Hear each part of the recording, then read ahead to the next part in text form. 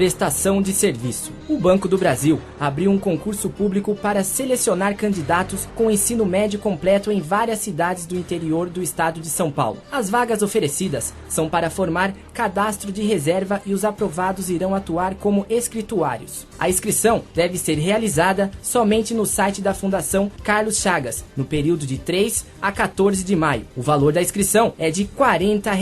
A exigência é que os candidatos tenham no mínimo 18 anos. A jornada de trabalho é de 30 horas semanais e o salário inicial é de R$ 1.132,80, mais gratificação de 25% ao mês. Faça já sua inscrição no site concursosfcc.com.br. O Banco Santander está com 200 vagas em aberto para estágios em todo o país. O valor da Bolsa Auxílio vai de R$ 716 em jornada de 4 horas a R$ 1.074 para a jornada de 6 horas. São oferecidos também vale refeição para a jornada de 6 horas, vale transporte, assistência médica, seguro de vida em grupo e recesso de 30 dias. A seleção acontece todo ano e recruta estudantes de administração, ciências contábeis, marketing, entre outros. Para fazer a entrevista, acesse santander.com.br. Não há data para acabarem as inscrições. Agora são exatamente 21 horas e 29 minutos. Vamos agora para um rápido intervalo e no próximo bloco vocês irão conferir como as mulheres conseguem fazer múltiplas coisas ao mesmo tempo. Não saiam daí, voltamos já. Intervalo de notícias. Vamos ouvir o médico do time para saber o que aconteceu com o atleta. Pode ser que tenha acontecido uma contusão ou uma distensão. E qual a diferença dela? Bom, a contusão é uma lesão que acontece com um trauma direto, uma pancada. Já a distensão é uma ruptura parcial de um músculo. Olha aí, amigo ouvinte, parece até questão de vestibular, hein?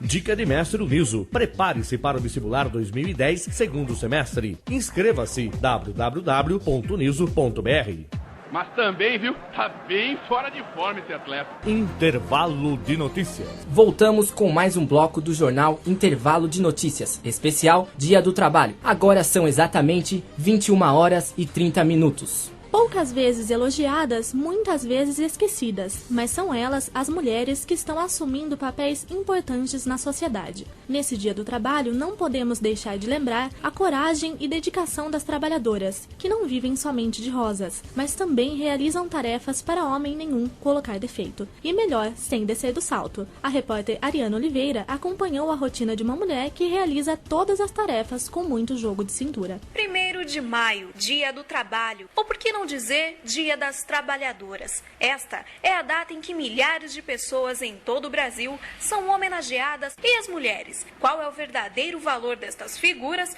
para o desenvolvimento de uma nação? Atualmente, a mulher está presente em todas as esferas da sociedade. Além de serem mães, esposas e donas de casa, muitas garantem o sustento da família com o trabalho que exercem fora. Este é o caso da enfermeira de 44 anos, Hilda Seabra. Hilda é casada, tem 3 filhas, trabalha na farmácia da família e é responsável pela organização da casa. Para esta importante trabalhadora, o cotidiano não é nem um pouco fácil. Meu dia a dia começa às 7 da manhã. Pego a minha filha mais velha para levar para o serviço, chego aqui, limpo a farmácia e começo a trabalhar. Aí eu faço almoço correndo, aí venho na farmácia de novo para o meu esposo subir com as outras 2 para almoçar. Então, resumindo, para mim nunca sobra tempo para tirar uma soneca. Apesar da rotina exaustiva, Hilda acredita que sua família reconhece e valoriza seu trabalho. Eu acredito que eles reconhecem, sim. Sempre estão ajudando, dando uma força em tudo. Hilda é uma mulher entre tantas outras que se dedicam ao marido, filhos e casa, deixando de lado sua própria vaidade. Hilda afirma que ir a um salão de beleza não é uma tarefa fácil. Pra salão de beleza é uma tristeza, sabe? Porque toda vez que eu marco, tem encrenca. Se eu vou, o Luiz tá reclamando, nunca tão satisfeito, Pra gente nunca dá tempo. E quando eu vou, é só encrenca. Mulheres como Hilda são responsáveis não apenas pelo desenvolvimento de uma nação, mas principalmente pela manutenção desta instituição chamada família. Ariana Oliveira para o Intervalo de Notícias. Você sabe por que o 1º de maio é considerado Dia do Trabalhador? Confira na matéria de Gerson Júnior. O Dia Mundial do Trabalho foi criado em 1889 por um congresso socialista realizado em Paris. A data foi escolhida em homenagem à greve geral, que aconteceu em 1º de maio de 1886 em Chicago, o principal centro industrial dos Estados Unidos naquela época. Milhares de trabalhadores foram às ruas para protestar contra as condições de trabalho desumanas a que eram submetidos e exigir a redução da jornada de trabalho de 13 para 8 horas diárias. Naquele dia, manifestações, passeatas, piquetes e discursos movimentaram a cidade. Mas a repressão ao movimento foi dura. Houveram prisões, feridos e até mesmo mortos nos confrontos entre os operários e a polícia. Em memória dos mártires de Chicago, das reivindicações operárias que nessa cidade se desenvolveram em 1886 e por tudo o que nesse dia significou na luta dos trabalhadores pelos seus direitos, servindo de exemplo para o mundo todo, o dia 1º de maio foi instituído como o Dia Mundial do Trabalho. No Brasil, como não poderia deixar de ser, as comemorações do 1º de maio também estão relacionadas à luta pela redução da jornada de trabalho. A primeira celebração da data que se tem registro ocorreu em Santos, em 1895, por iniciativa do Centro Socialista, entidade fundada em 1889 por militantes políticos como Silvério Fontes, Soter Araújo e Carlos Escobar. A data foi consolidada como o Dia dos Trabalhadores em 1925, quando o presidente Arthur Bernardes baixou um decreto instituindo o 1º de maio como feriado nacional. Com Getúlio Vargas, que governou o Brasil como chefe revolucionário e ditador por 15 anos e como presidente eleito por mais 4, o 1º de maio ganhou status de Dia Oficial do Trabalho. Era nessa data que o governante anunciava as principais leis e iniciativas que atendiam às reivindicações dos trabalhadores, como a instituição e depois o reajuste anual do salário mínimo ou a redução de jornada de trabalho para 8 horas. Vargas criou o Ministério do Trabalho, promoveu uma política de atrelamento dos sindicatos de Estado, regulamentou o trabalho da mulher e do menor, promulgou a consolidação das leis do trabalho, CLT, garantindo o direito a férias e aposentadoria. Na Constituição de 1988, promulgada no contexto da distensão e redemocratização do Brasil após a ditadura militar, apesar de termos 80% dos tópicos defendendo a propriedade e meros 20% defendendo a vida humana e a felicidade, conseguiu-se uma série de avanços, hoje colocados em questão, como as férias remuneradas, o 13º, multa de 40% de rompimento de contrato de trabalho, licença maternidade, previsão de um salário mínimo capaz de suprir todas as necessidades existenciais, de saúde e lazer das famílias de trabalhadores. A luta de hoje, como a de sempre, por parte dos trabalhadores, reside em manter todos os direitos constitucionais adquiridos e buscar mais avanços na direção da felicidade do ser humano. Por isso quero deixar claro ao povo brasileiro que o governo junto ao Congresso vem trabalhando num prazo a ser estipulado para que possamos recuperar as alíquotas do Produto Interno Bruto. Sendo assim, a partir do mês que vem, o salário mínimo sofrerá um aumento de 3,04,7%. Brasil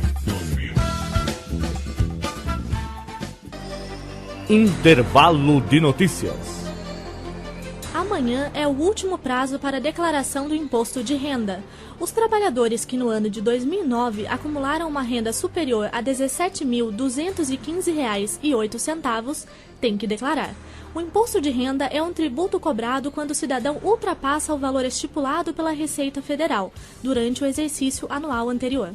A expectativa do governo é recolher o tributo de pelo menos 24 milhões de brasileiros. O contribuinte que perder o prazo máximo de entrega dos documentos irá pagar uma multa salgada.